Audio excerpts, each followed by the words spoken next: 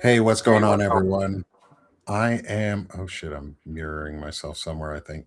I'm Nick Perro. This is Banner and Backbone. We are here with Rachel from This Woman Votes and Frederick Pope from Missives from a Middle Aged Man as we do a Powerful Voices episode and get Rachel and Fred together for the first time while we Yay. talk generative AI in the military and the dangers that are going on right now, and the integration of Mecha Hitler Grok into our Pentagon for chaos incarnate and white supremacy policies as baked into the bias of the system.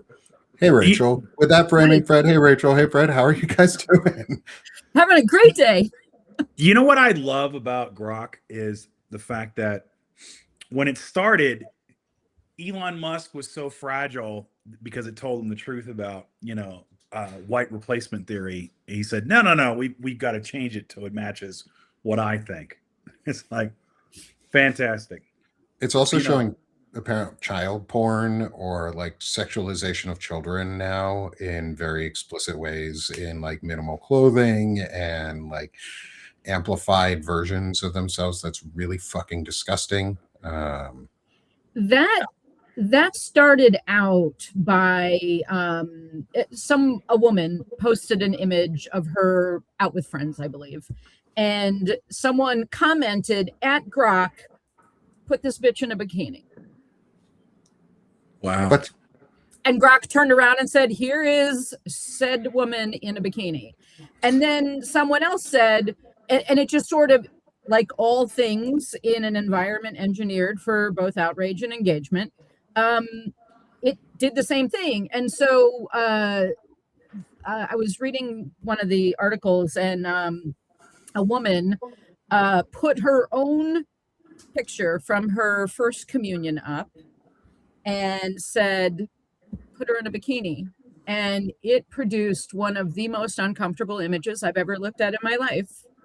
I like I cannot begin to tell you, and anybody who's read anything I've ever written, I work with AI. I have been using machine learning since 2013 with my first implementation.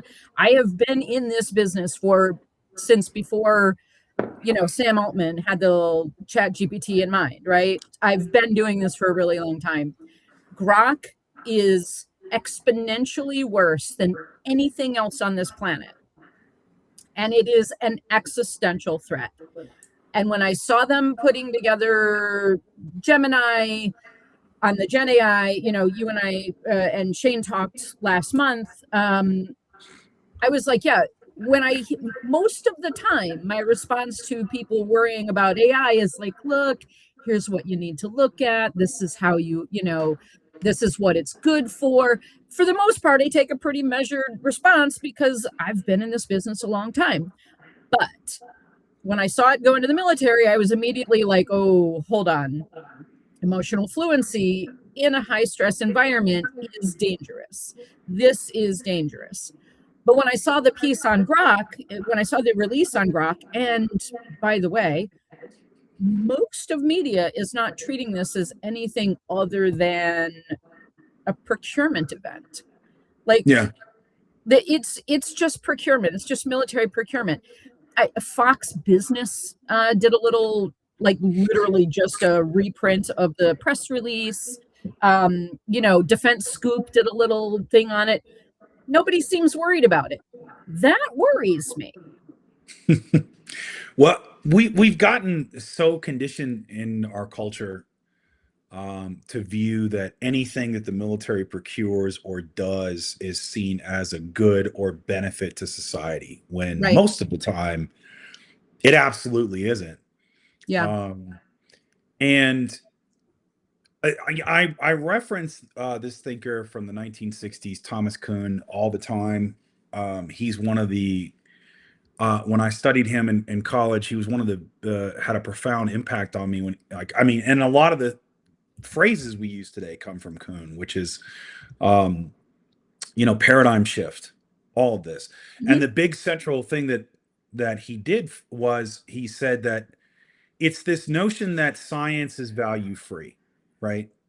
Because a Right. That lot is of us neutral, think, right? right, that a lot of us think that we have this sort of Star Trek kind of awe around science, even on our side of the fence, where it's these people with big brains that are in a lab that are just trying to expand the borders, or the frontiers of human understanding. And that's not really how it works. Like, a lot of times it has a political component to it. Like, the internet was developed in the DoD.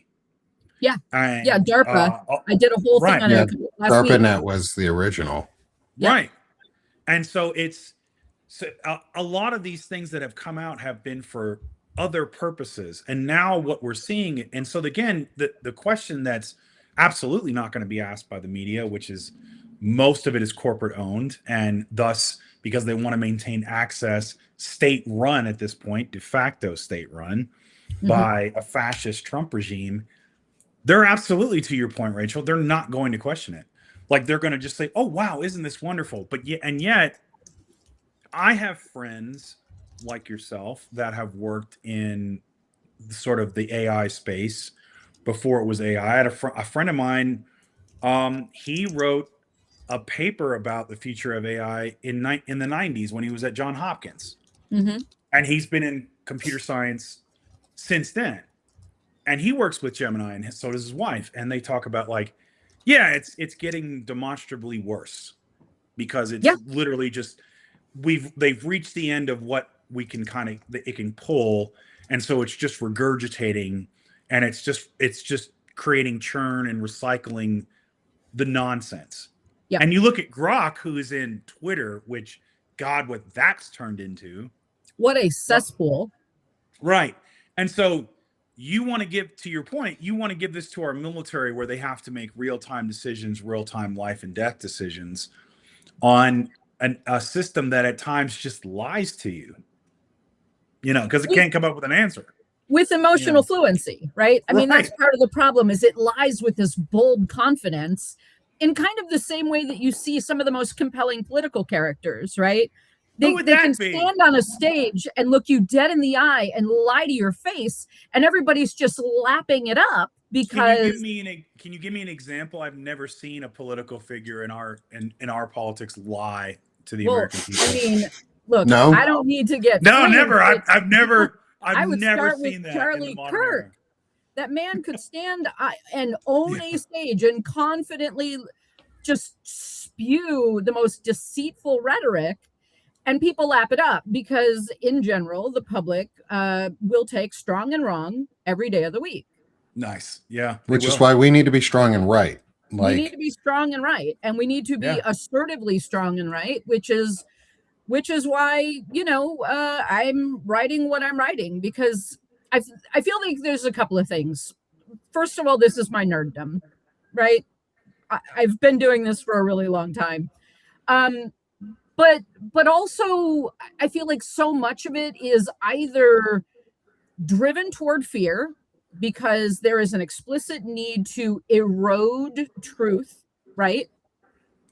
But then there's also sort of this willingness to just be fed the information from whatever your talking head of choices, and most of those talking heads don't even know, and I'm going to say that. The part of the reason that mainstream media isn't covering the procurement piece or anything beyond procurement for AI is that they don't understand the complexity of it. Nobody's sitting around thinking, well, what is the epistemological impact here?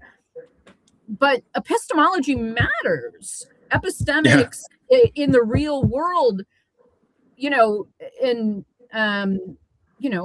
for whoever's paying attention, like, it's epistemics is just the understanding of how you know what you know, right? Yeah. And so when you are trying to discern the difference between information and truth, it's necessary. And when you think about how we approach it, institutions, in particular government institutions, run on this. They run on understanding what's real so that you can make good choices that don't come back on you.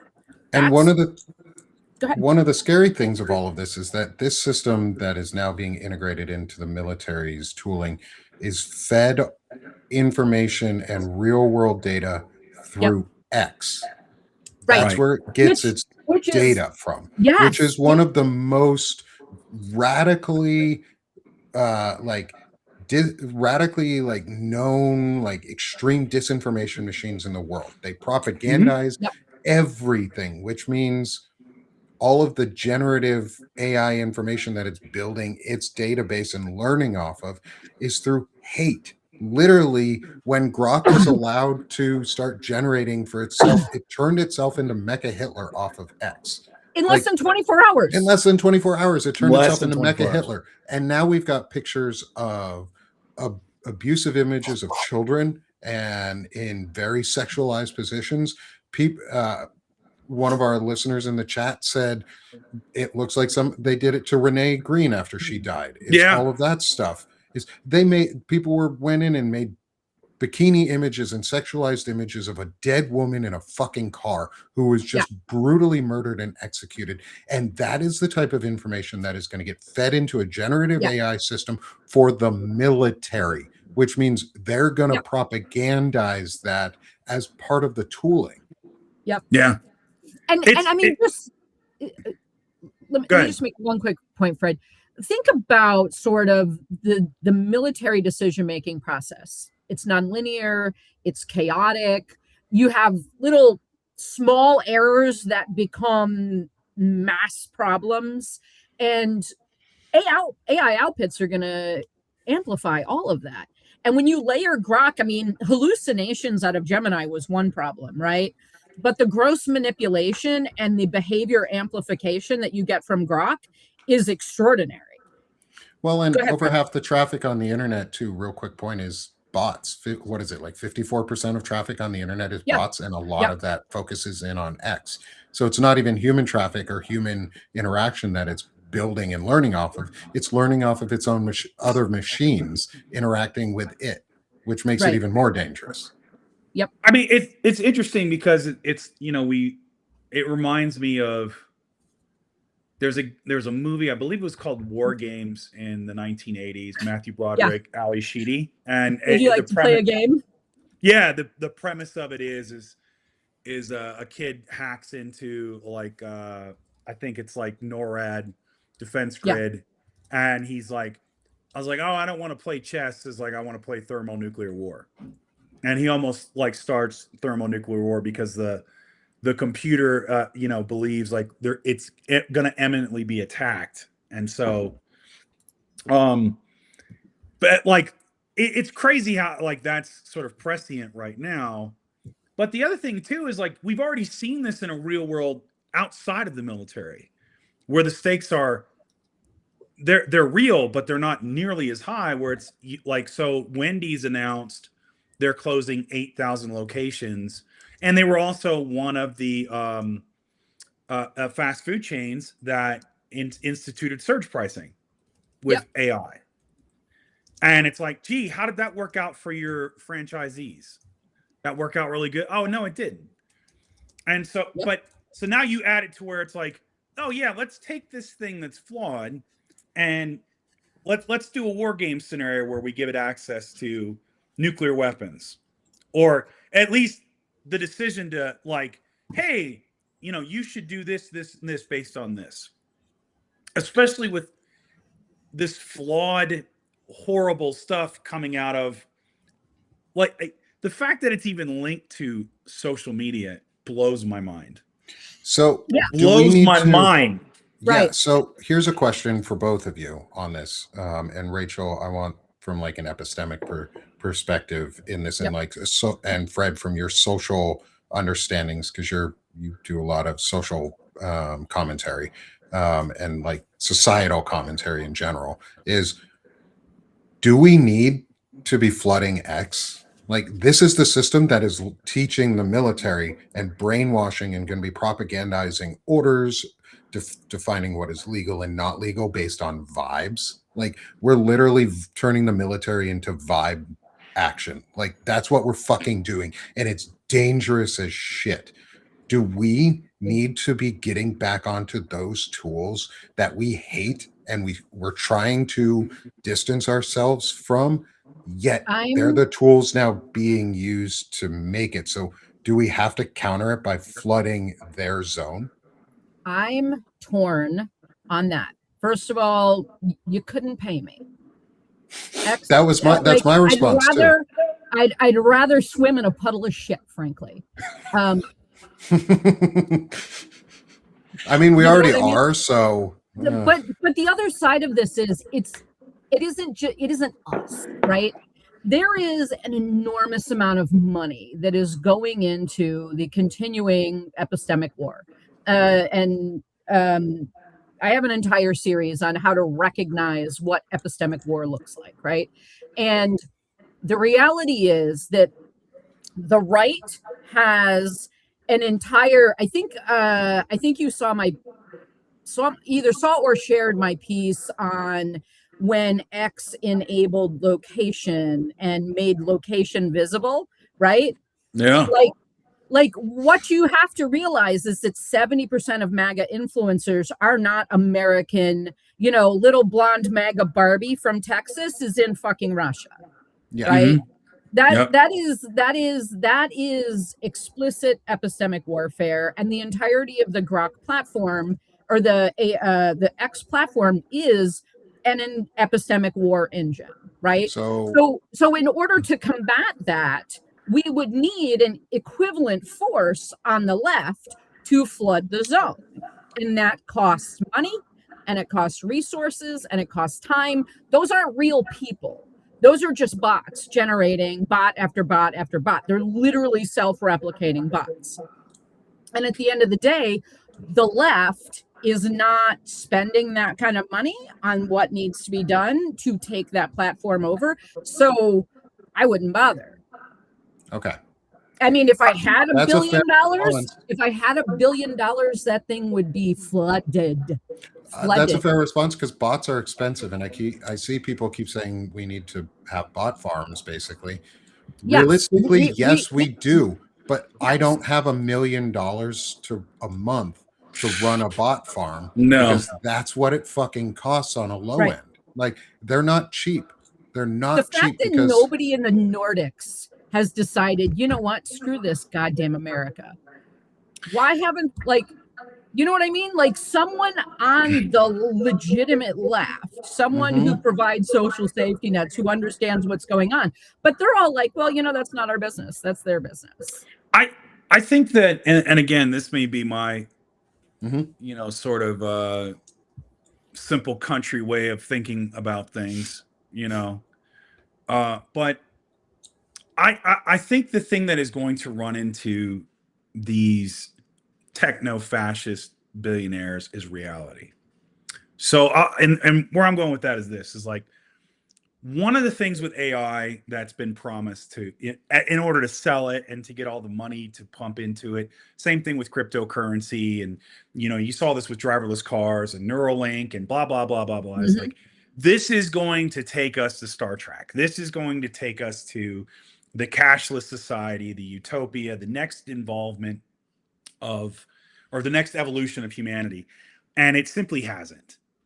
And while that may change in the future, in the short term it's not. So like, there was an NPR piece that came out today, like the other day, and it said, and here was the propaganda, and this is part of the media literacy that other countries are now teaching their kids, teaching their citizens, Yep. is they said the US had a robust growth at the end of the year for the economy, right? But if you dig into the article outside of the title, it is from the Commerce Department. What was that spending? AI spending, Military. as AI spending, and Yep. pharmaceuticals and healthcare spending, Yep. because all that went up before the ACA dropped or as it dropped. Right. So that's not really economic growth. And the thing about it is we've reached this place where, hey, good times are coming, they're coming, and it's just not there. It's not going to happen. Or you have this generative AI and it says, well, Grok says it's this. And it's like, Sure, but it's not. Yeah. And it's not. And so what's increasingly happening, and you've seen this in the propaganda that's fed to us, is you have like what Rachel Maddow called there's Earth One, and then like MAGA Earth. That's completely fucking delusional. They have long since passed and left the empirical, the known reality. And you're now seeing it in the billionaire class. I think one of the reasons, and I've thought about this, why Trump, and suddenly there's this very jingoistic, very wartime posture, is the economy's getting ready to crash. And the thing about fascism is you have to deliver for your side. Trump is not delivering for not only his base of support, soon he's not going to deliver for his billionaire backers, because this just happened. Heather Cox Richardson pointed it out. So Spotify has stopped taking money and will not run ads for ICE recruitment. Right. So again, like, they got $130 billion. Their advertising budget is insane. So they're willing to drop a lot of money. And even Spotify said, nope. Even with Joe Rogan, nope, can't do it, because consumer spending still makes up the biggest majority of the economy. And that's what they're losing, because we don't have. Go ahead. It isn't like we can't, right? Right. Like I stopped I stopped shopping at Amazon, right? In 2024, I spent over $8,000 on Amazon. Last year, I spent $0 on Amazon. I also made an explicit effort to help my clients get off of AWS and moved them onto better platforms that weren't supporting shitty government, right? But I think the reality is, and Nick had mentioned sort of this idea of, like, you know, a big chunk of what I'm writing about this year and intentionally taking on this year is white supremacy. And whether you're white, black, indigenous, male, female, we are all slaves to power. Yeah. The black community has understood their proximity to enslavement. The white community doesn't recognize their enslavement because the chains and whips are money and healthcare and safety. And so we haven't recognized it yet. Some of us, I've very clearly recognized it. But like, if you can't walk away without taking a beating, are you free? Yeah. You know, are you free if you cannot sit in your vehicle, not blocking a road, safely protesting and safely speaking up for your community? Right. Are you free if the result of that is execution because you did not immediately comply with a masked person who is or could not have been an ICE agent, because there have been incidents already of masked individuals dressed up as ICE agents kidnapping people. Yep. So you cannot assume that they are a federal agent because they're not showing their badges. She did all the, like, Nicole or Renee Nicole Good is all of us who would have done the right thing. She stood up for her First Amendment right, and she was executed for it. She wasn't doing anything. She was complying with two of the officers who said move. She was doing what they said, and they fucking there was conflicting executed. direction, and there was all sorts of stuff. And then, so I want to get your thoughts on this, because I did an in-depth analysis with Zev Shalev into the doctored video that was put out from Trump's Truth Social, where he said, where they show that faraway grainy image, and it looks like there's an extra body or bottom of a body in front of the vehicle right as she starts pulling and turning. Yeah. But if you look at the video that's actually there, and that video was processed through Rumble, which Trump's media company has an agreement with and has a lot of Russian backing. And what a shock. What a shock. So here's an interesting question on this. So Trump's social is separate from Grok.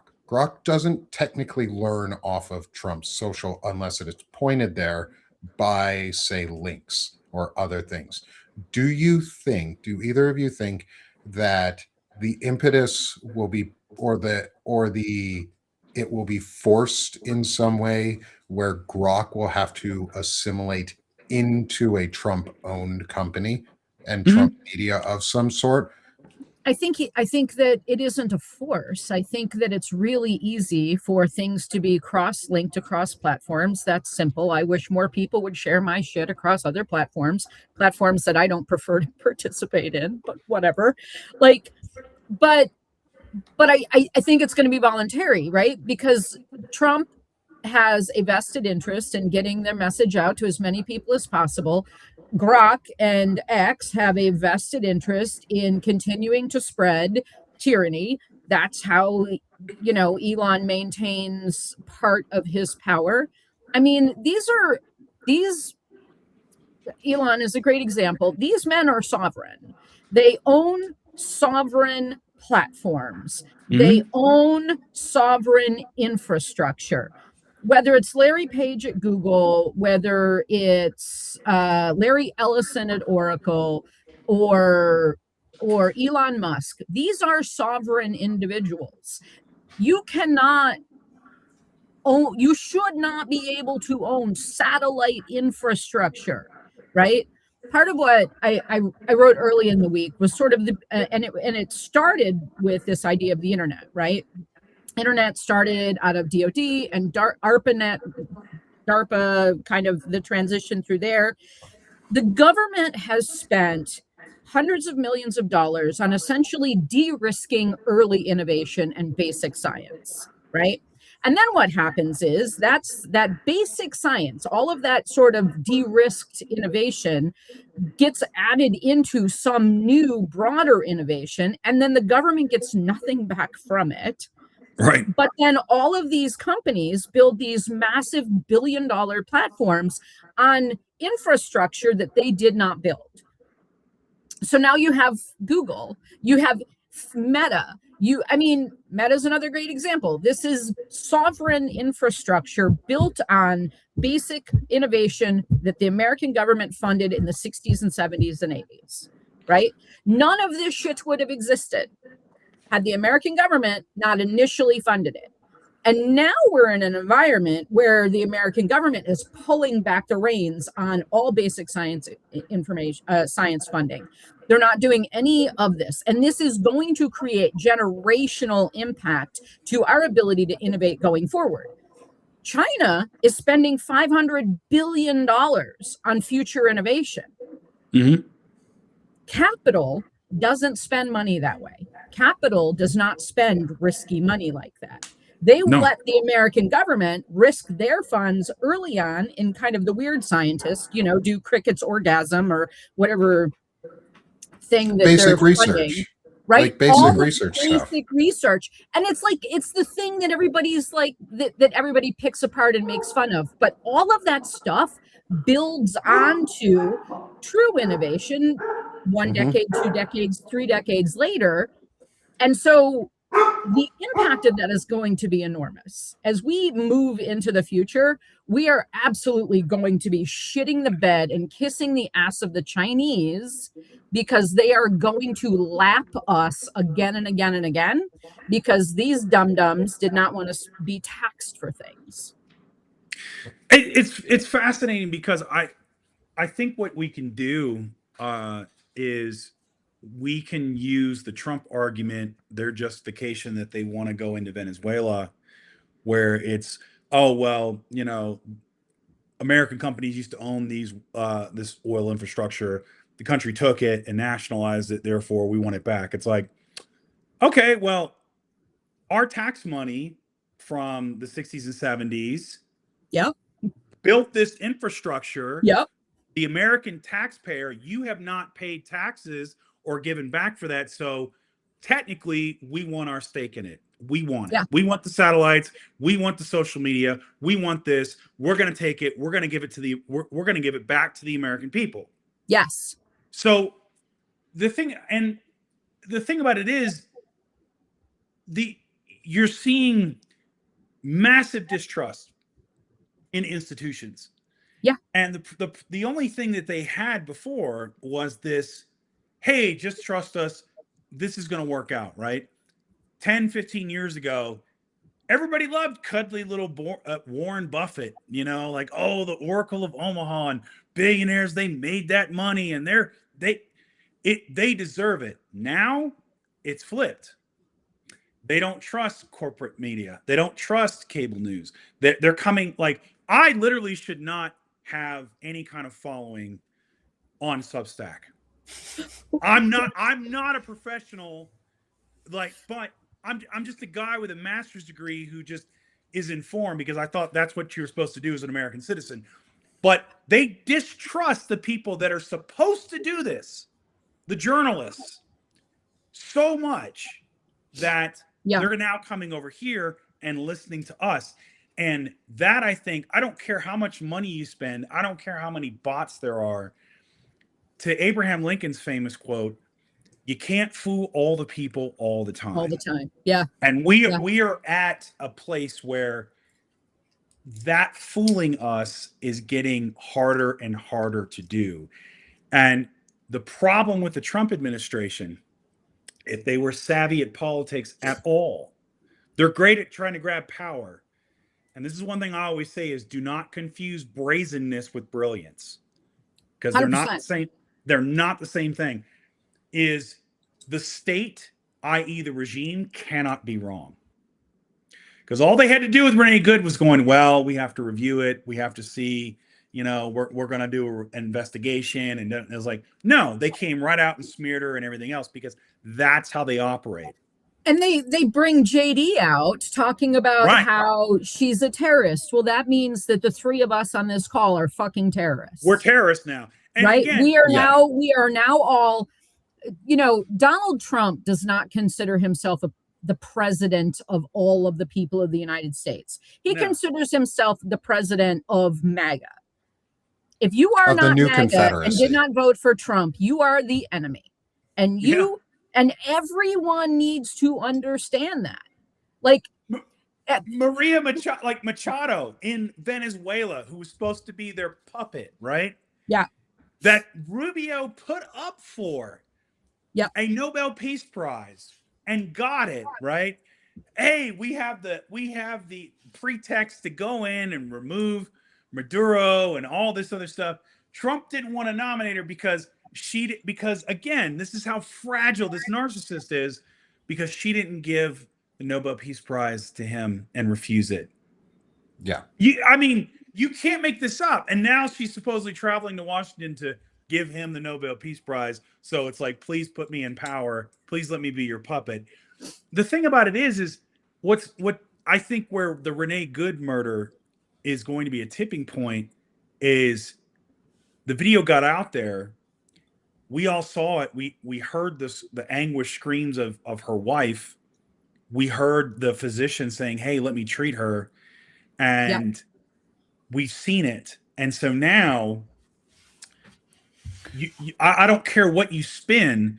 Really, at this point, is like you're just trying to hang on to this smaller and smaller base that that you're holding on to.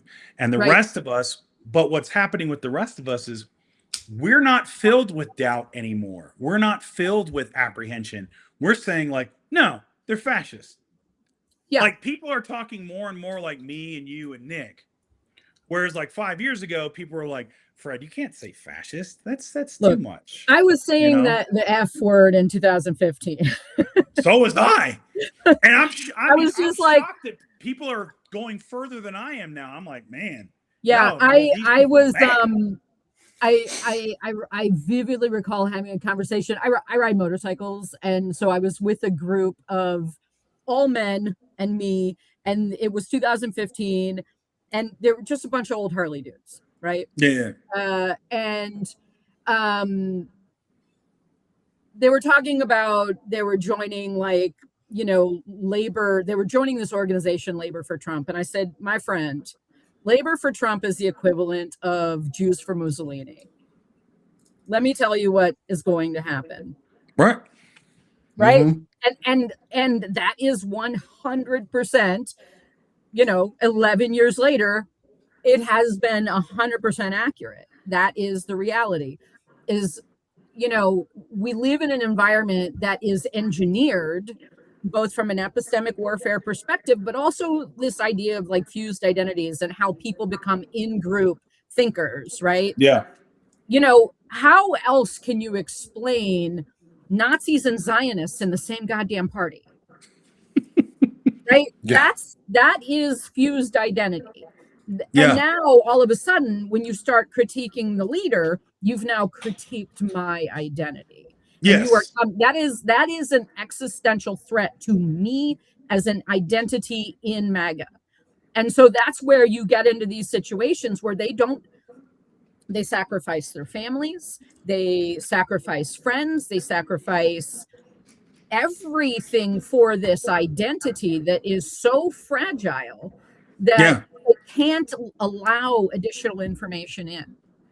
Yeah. And all of this, 100% of this can be put at the feet of social media and Mark Zuckerberg and epistemic warfare, information warfare, algorithmic amplification of the erosion of what you know and how you know it. Right. So, Well, anybody in the audience I want should to have a donate? pulpit. I need a If pulpit in front of me. anybody in the audience wants to donate to the cause and help us build a bot farm, like that would be Should we that would crowdfund a bot farm? crowdfunding bot farms, open source bot farms, just fucking tearing down, because that's in reality that's probably what's going to do it. Is if we can get enough software engineers. Like, I'm a previous software engineer. I have been so fucking traumatized by that industry that I have not touched code since I left my last job. It's been over 6 months and I haven't coded since. And it feels good. And it feels good because I fucking was so mad all the time. But we need some insiders right now who are still coding, who are developing with AI, who are up to date on these technologies, because I can't do that. If we're out here discussing what's going on, we then need the support behind us. So we need people to start funding. And I hate saying we need, because it should have been fucking done ages ago, is funding sources for these types of efforts to flood the zone. Like I keep saying is we need to flood the zone for democracy, and we have to get on their platforms to do it, unfortunately, in a free way where we're not really paying attention to it, but it's getting done. Like bot farms kind of we have to do it eventually. We need some good white hat hackers out there and folks who want to do an open source bot farm and just fucking do it. GitHub is free and open source is free. VS Code is free. You can download all the tools. You can learn for free how to code. And if you are already doing it, fucking help. Even do it on the minimum, like free servers if you can, if you have to on AWS, but find better platforms to host it. Find out of US data centers and platforms that could help host it. I will repost a post of where I'm taking my clients. Okay. Where Absolutely. I'm guiding my clients. It's a note that I posted, I think, at the beginning of last year. So I'll have to go back and find it. Okay. But I've got a list of places that are AWS alternatives that are both more sustainably run, more ethically run, and in a lot of cases offshore. So we don't run into onshore problems.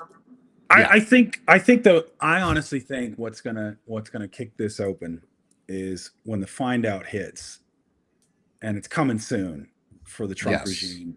And because it's interesting, I was talking to a friend of mine last night, and I've been thinking about, like, how did Germans feel like after World War II? Have you read the book? With the Nazis, and so the Nazis fall, and then you have to carry this guilt, and so and the one thing that he pointed out to me was that we're at a stage where we're resisting internally. The external resistance has not come yet. But I think with Greenland, which if they annex or they do whatever they try to do with it, that absolutely will come. Now, most of us, because again, they talk about this in very basic terms where it's like, oh, we're going to shoot at each other and everything else. It's like, That's not really how Europe gets down. What's going to be fascinating is when they start seizing American companies and their holdings, which are now international. When they start seizing like certain Americans, billionaires, and their assets. Oh, it's like, oh, well, we're going to seize this. Or the first country that arrests Mark Zuckerberg or that arrests Elon Musk. Well, and they say, France okay, has talked about it. France Yeah. has talked about arresting Elon Musk because They he's should. been the problem comes down to most of these countries are in a very precarious data sovereignty position. On my This Woman Votes Substack, I talk a lot of, I'm all like, politics and what the fuck is going on. But on my trustable.blog, where I write all just boring ass business shit, I have an entire series on data sovereignty and why countries like Canada are essentially digital vassals to the United States. That's the problem they're going to run into. Yeah, and I think, but I think there's going to come a certain point where, because I think what's happening with a lot of the elites and a lot of the leaders now, is they're just hoping this will go away and that we can get back to some semblance of normal. And the problem with the Trump regime is they will keep pushing and pushing and pushing because that's what they know, because the state can't be wrong, they can't be wrong, Trump can't be wrong. So again, this happens, the murder of Renee Good. There's no investigation, there's none of this. We're just going to push. We're going to push and just keep going. We're going to label her a terrorist, and that's what's going to happen, and we're not buying it. So I think they're going to push on Greenland. They're not going to back off of it. They're just going to say, well, Trump wants it, I want it, and I can have it, so I'm going to keep pushing until I get it. And then NATO's going to be like, oh, okay, well, cool, we're going to do this now because we have no choice. Yep. Right. Yep. Because our citizens are going to go, oh, okay, you don't want to do anything?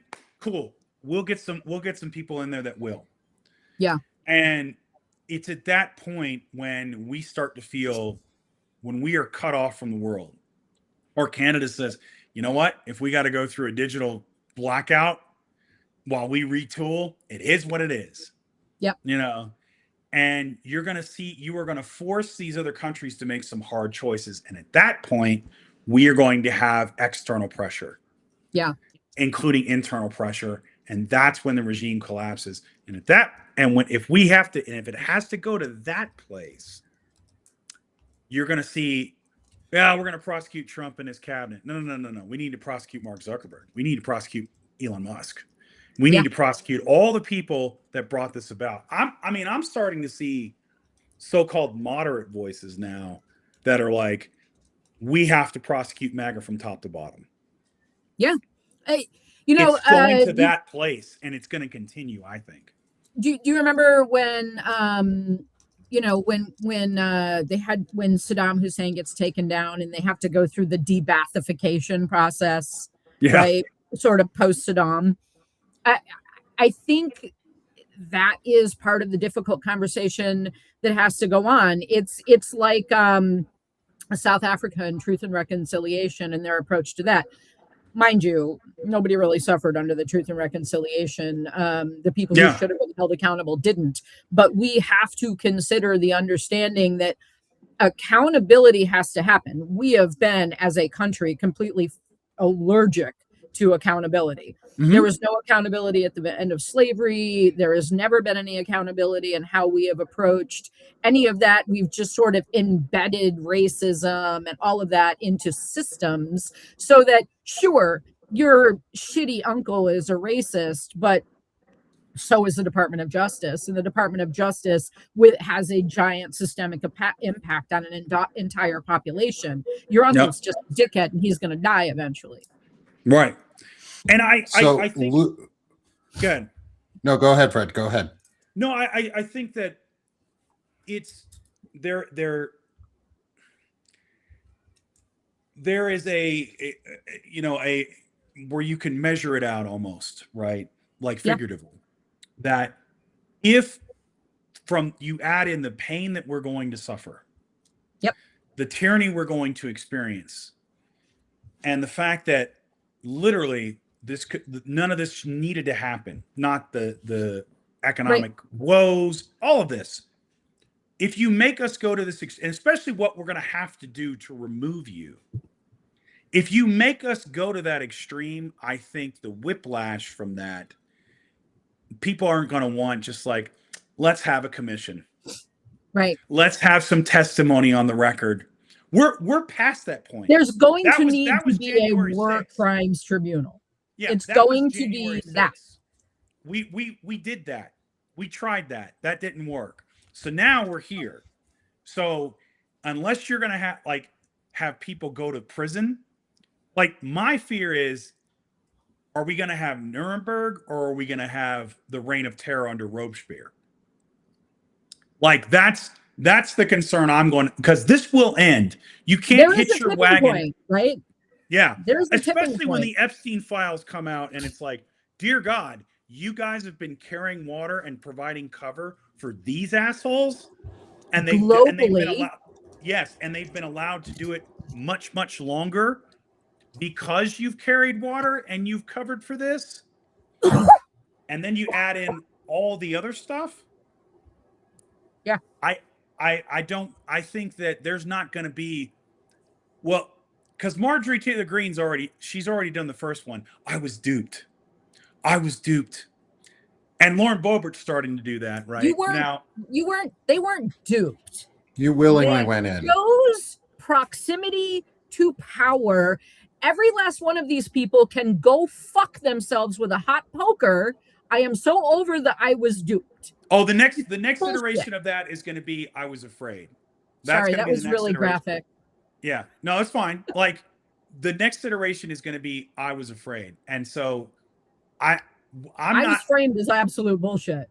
I was afraid that I would get blah blah blah. It's like, no, you weren't. You wanted to be close to power. So the thing about it is, when this ends, and it will end, because Trump is an 80-plus-year-old dementia case, and he's JD Vance and these other people are not going to be able to hold this together. But it's not going to end with him. I think that what his end, and I continue to argue, I don't think that old man is going to make it to the midterms.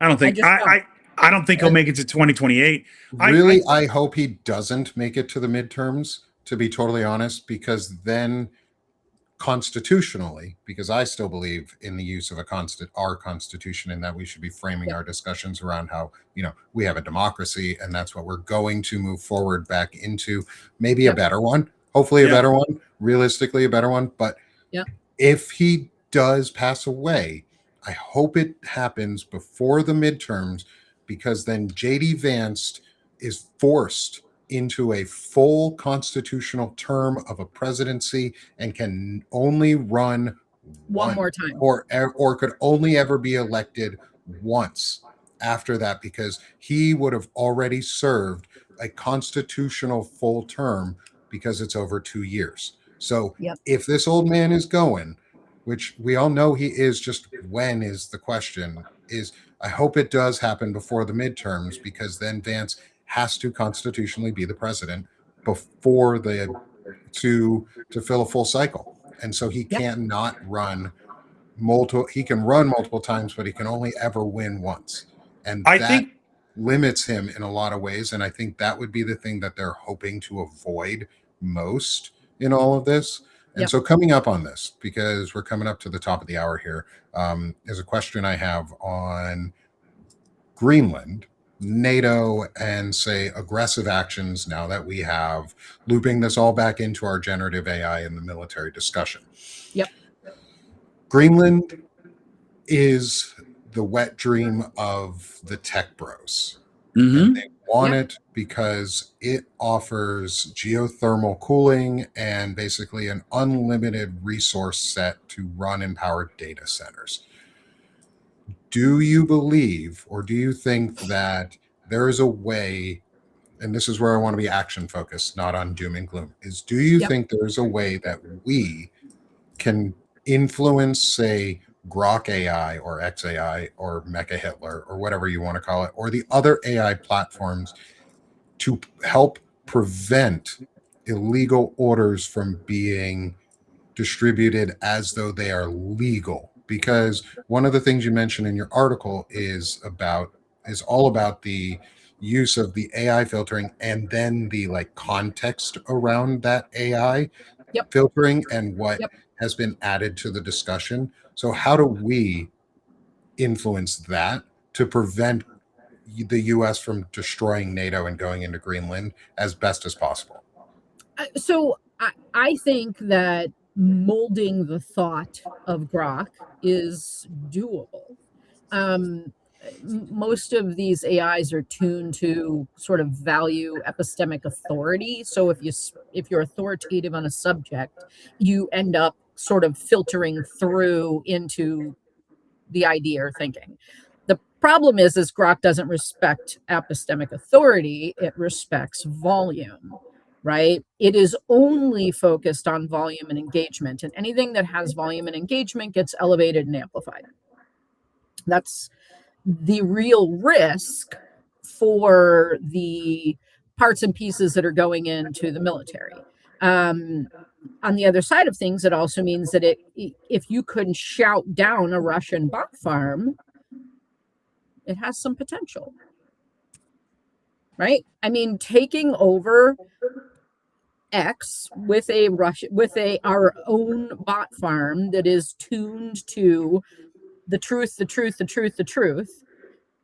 That is potential. But I mean, you're talking about an enormous amount of funding Right. and an enormous amount of sort of bandwidth. But it is absolutely doable.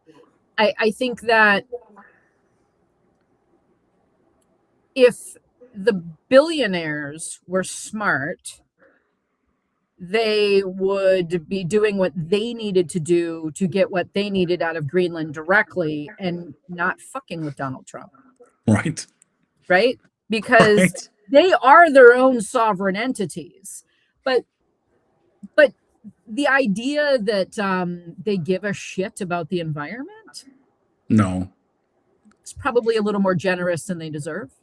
Yeah, I'm Um, not saying at least they want to go to Greenland not because of the environment, but because it's a renewable because source it's that they renewable don't. cold, Yeah, right? it's renewable for them to be able Yeah, to keep their data centers cold and power without worrying about some outside influence. It's yeah. almost a self-contained system. I Because you can mind you, use the I heating like am. Amazon does. They This use is the cooling elements from their, or like the heating elements from their data centers underneath some of their buildings to heat the building, and then they recapture the energy and they do a closed right. cycle. As it's a cool system. I'm not No, yeah. complaining about that system. I think it's fantastic. I think we should have things like that, but we I should not be invading sovereign nations to do it. right. I mean, Like, Well, we should be doing treaties on governmental entities, and this is where I think you are really making the point, Rachel, is yeah. national. We have to nationalize certain industries because they should not be privately owned. Defense should not Nobody be should privately owned. own sovereign infrastructure. Yeah. when Nobody should own no, sovereign infrastructure. when Yeah. I this, and I think this is often where I was like, where we get kind of lost in the sort of nuts and bolts of things. And one thing as a student of history and working in really heavy manpower sectors and dealing with a lot of it, like I was in the sort of middle position where I've dealt with executives all the way up to the CEOs of companies, all the way down to the front line. Yep. And there was a move once where somebody was, making a move to go do this, and I said, man, that doesn't make any sense. Like, logically, you make more money and do this, this, and this. And somebody said, Fred, at a certain point, these guys have so much money, it's not about money anymore. It's about Yeah. ego. Yeah. And Mhm. because again, we could sit here and go, why wouldn't you go to Antarctica? Or like, why wouldn't you go here? There's all kinds of places in the world that you can do the same thing, but that literally do not run into the problem of invading a sovereign country. Like Right. But Alaska, right. Yeah, I mean, you could go like all kinds of places. but it There's doesn't have the geothermal effects that Greenland does. There's a right. specific But thing that they want but from to it. Rachel's point, you could buy this and do that. The thing about it is it's about ego. Like, oh, Yep. I got the most powerful man in the world to do what I want, Yep. and to like, like Elon Musk is long since stopped. Like, I want to be known as the Tony Stark and advance humanity. It's like, no, he just wants to do K and have a bunch of kids and, flex and like have people like fake bots adore him on social media. It's pure narcissism. Yeah. Mhm. And the problem is, like, for us, we say, man, it can't be that simple. Like, it can't be that, because the stakes are so high. And it's like, yeah, that's It why is these that. people, to Nick's point and your point, Rachel, they shouldn't have control over these sovereign systems. They shouldn't have this much wealth to have this control over us, because when one of them loses it, or multiple, they put the whole world at risk. Right. Yeah. It can't be like, yo, man, the guy who's running, X, is, the secretary general of X is acting like an idiot. Well, let's replace him and get another secretary general. It's like, we're not going to do any of that, Right. but we don't have that. And that's the problem. I think what's changing, though, and if there is a glimmer of hope, people they're starting to understand what this threat is. Yes. It's Right. not about parties anymore. It's about us versus them. It's about it's about billionaires versus everyone else. They're starting to see the whips and chains. Yeah, Right. they're starting. And Exactly. that's Yes. what I've said this before. I'll say it just kind of in closing. Mhm. If Black people could have ended white supremacy, it had been done a long time ago. Oh God, yeah. It is up to white people to recognize our own fucking enslavement and end this bullshit. It is not white versus Black. We should not be attacking one another. What we should be doing is really thinking about who is holding the whip, because it ain't us. Yep. 100%. So with that, I think that's a great place to end it on. Is we need to. There's a reason Nick Parrow spends so much time talking about white supremacy and bringing on white men or white women who are actively fighting against it, because that's my lane. I can stay, as the military taught me, watch your lane. What's your lane? Watch your lane. Stay in your lane. Right. That means observe your field of fire where you are the most impactful for, and you can help everyone else. I can talk about men's issues. I can talk about whiteness. I can talk about tech and the things that we're doing here. And that's what Rachel, that's what Fred are doing. And I want you both to be able to sell your platforms, promote yourselves as best as you can here. And Rachel, we're going to continue our discussions as we have started doing more of. Thank you for sending me those articles. I'd love to see like hosting platforms and things, because I will. I'll track down that. It's an old post, but I'll track it down. I was a senior DevOps engineer, so I do know how to build these things, and I know how to use AI to help me build these things too. That said, if we want to actually have tools like this where we can flood the zone for democracy on X and on Meta and things like that, or wherever, you have to people have to help fund us. So Rachel, or have to help support us and have to get our work out there so that people can see us and see it. So Rachel, how can people support you? They can show up, check any of my links. I've got up to 70% off paid subscribers. I'm not looking necessarily to fund things. I am looking to get my little orange check so I can be perceived as a legitimate provider of information, because we're all chasing legitimacy, right? Well, we'll have a talk. I think we'll have a talk, Rachel. We'll have a talk. I just want my little orange check so I can be a legitimate provider of information. You are a legitimate provider of information. We'll talk. Yeah, we'll talk right after this show. All right. Let's have a discussion here, just for a couple minutes, Rachel, because I do want to support your work, because it's really important. Like the Gen AI stuff, like we've talked about it on Palin Talk. We're talking about it here. Like stuff. I really just want to get this information out there so that we know and we're prepared and we know how to action against it. So please support Rachel in her efforts to get that and help make others see her as legitimate as she already is. And so help her grow. Fred, how about you, my friend, with missives of a middle-aged man? That's it. This is from Middle-Aged Man, Frederick Pogue. I'm currently running a special. It was 46 for 2026, and then I half that, and I'm probably going to keep that for the rest of the year. But I write about culture, I write about politics, I write about philosophy, but Nick Perro at Banner and Backbone's doing a lot of good work. Shane Urich at the Firebrand Project. There's so many other creators. I mean, I've met Rachel for This Woman Votes. I've really loved some of your stuff. I always say, put me last in the order. Go subscribe to them, help them get their orange check mark, so then they can be like, "Man, was this worth it?" Like, I don't know, So, but yeah, I don't know. That Afeni Shakur post had me had my DMs blowing up. But that's why you're doing something good. Yeah. And but other than that, you'll find me on Notes. I'm kind of a rabble rouser. I tend, being a former veteran, or I'm veteran, former Marine. Former veteran, are you dead and back? Yes. Kinda. Kinda. I mean, but I generally I try to be a pain in the ass for democracy. And that's my lane. I love it. I love it. Thanks, Fred. And finally, support Banner and Backbone so that we can help do some amazing things, put these shows together, get creators things like orange check marks, and spread their content, and have some incredible interviews. If anybody is a paid subscriber to Jen Bud or has a contact for her, I would be glad to reach out, but I'm not a paid subscriber, so I can't DM her here on Substack, and I don't currently have a way to reach out to her. But if anybody is and wants to, I would be happy to bring Jen Bud on for a discussion around ICE and white supremacy built into DHS in that system, because I think that's super important. And things like that can happen here on Banner and Backbone.